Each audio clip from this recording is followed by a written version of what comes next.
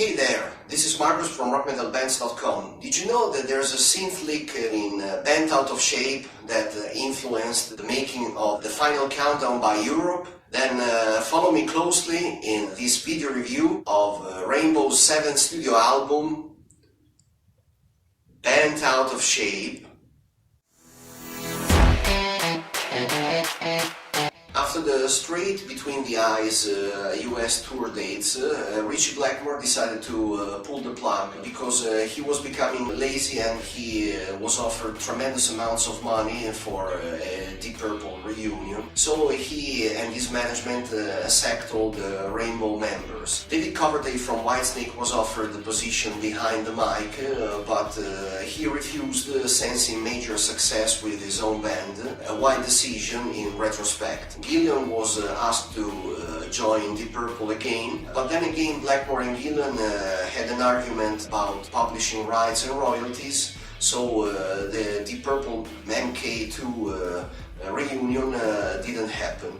Blackmore resurrected Rainbow with the previous lineup, with the exception of skin beater Bobby Rondinelli. Chuck Burgi was chosen in his place, a musician who doesn't bring a big difference in comparison with his predecessor. Roger Glover was too busy with his solo album to be involved in the songwriting duties, but he was happy to play bass and produce it. Rainbow went back to the Sweet Silence Studios in Copenhagen with Flemming Rasmussen because Blackmore liked the guitar sound there. Just this time he wanted a smoother one. Rasmussen is popular for producing mega bands like Metallica, but also mid-popular bands like Artillery, Blind Guardian, Ensiferum and even Morbid Angel.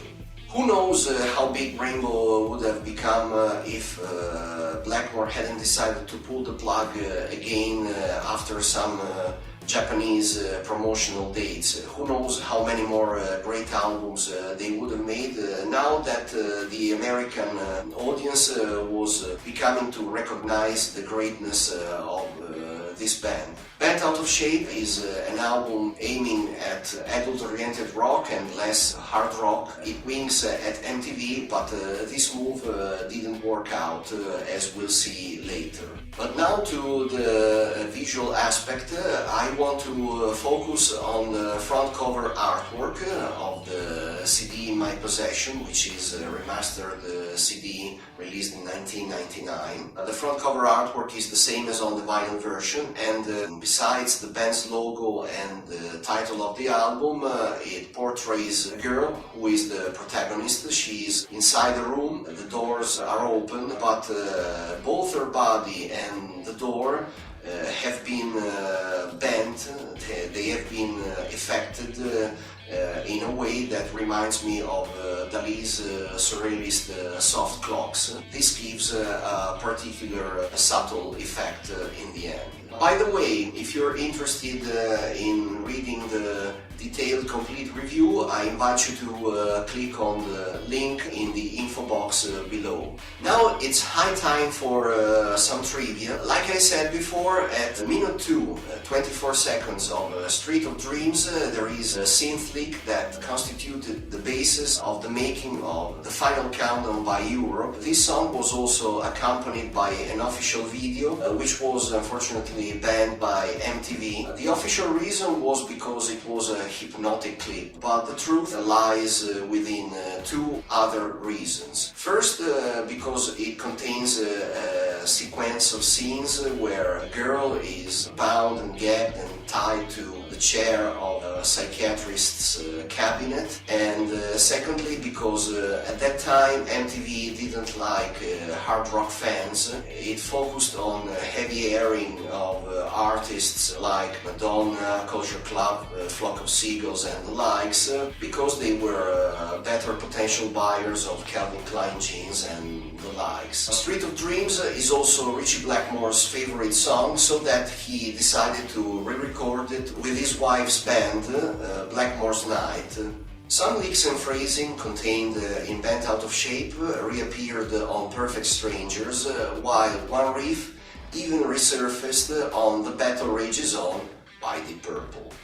As for the lyrics, we have to say that they all come out of Jolene Turner's mind. Even though they might seem pop and harmless, if you scratch the surface you will see that they are streaked with darkness, melancholy and sometimes even eeriness. For instance, some of them deal with a person who has been abandoned and is feeling lonely. And then there is one about someone who has been deceived and used for one night.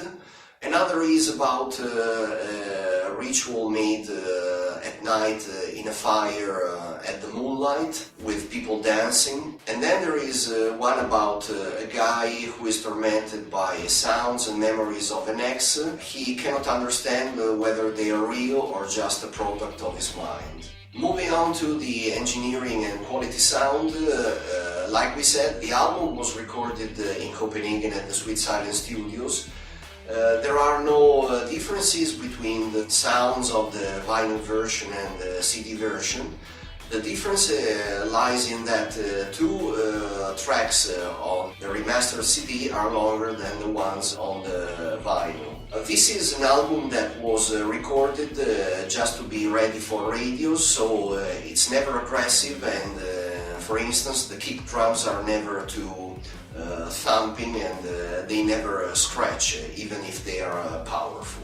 If we get to the track-by-track musical analysis, we can mention a few tracks. First of all, the opener Stranded, which shows that Rainbow don't beat around the bush and they immediately start with pulsating bass lines and martial rhythm delivered by simple drum beats, which lead to the arrival of Turner's robust mezzo-soprano vocals. Then we have Rosenthal stealing Bach's toccata and fugue in D minor at the beginning of Can't Let You Go. This good minute constitutes the opening of this song, and instead of reminding us a church environment, it makes us think of a haunted, horrific castle. After that, there is a fantastic intervention with a hard rock beat rich in feeling. This song is also accompanied by an official video which contains references to the 1920 surrealist movie The Cabinet of Dr. Caligari. Due to the opening keyboards in Desperate Heart, Rainbow make us think that they have gone medieval in a fairy tale atmosphere. But this is just the beginning of the track, which quickly moves towards hard rock sonorities. The last composition I want to mention is the second and last instrumental of the album, Snowman, which is fundamentally based on a single, repetitive, rocky drum beat. It's slow and eerie as well. The guitar parts are limited to a few appearances, while the keyboards shine in a pompous, airy, striking manner, as if we had just awoken in a winter-like frozen view. In conclusion, although Bent Out of Shape has often been described as the British version of Foreigner and Survivor together with MSG, UFO, Van Halen and Kiss, I am of the opinion that this is an unfair and restrictive definition. I reputed an excellent example of melodic rock with some of Blackmore's most fluid and sophisticated fretboard work. No matter how you see it and what happened, Rainbow have always been a fantastic act. Magnificent with Ronnie James Dio, masculine with Graham Bonnet, sweet like a dream with Jolene Turner. Bent Out of Shape is an underrated album with an underrated vocalist who never oversins and is able to reach notes that even Ronnie James Dio couldn't hit. What can I say? There really is nothing like the 80s. If you like this review, please hit the like button, comment on this video review and subscribe to this channel. I hope to see you on the next video review.